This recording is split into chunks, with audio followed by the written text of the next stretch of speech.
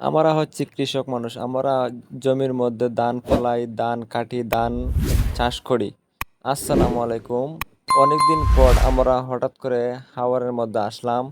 আপনাদেরকে দেখাবো কিভাবে জমির মধ্যে ধান চাষ করা হয়। যারা কৃষি নিয়ে আছেন তারা বুঝবেন ধান কাকে বলে এবং কি। ওই যে আমরা ধান এখন রোপণ করব। আপনারা আমাদের সাথে থাকেন আর ভিডিওটি দেখেন। অনেকে দেখতে চায় কিভাবে ধান রোপণ করা হয়, আর অনেকে কমেন্ট করছেন আপনাদের হাওরের একটি ভিডিও দিয়েন। যারা যারা কমেন্ট করছেন তারা অসংখ্য ধন্যবাদ।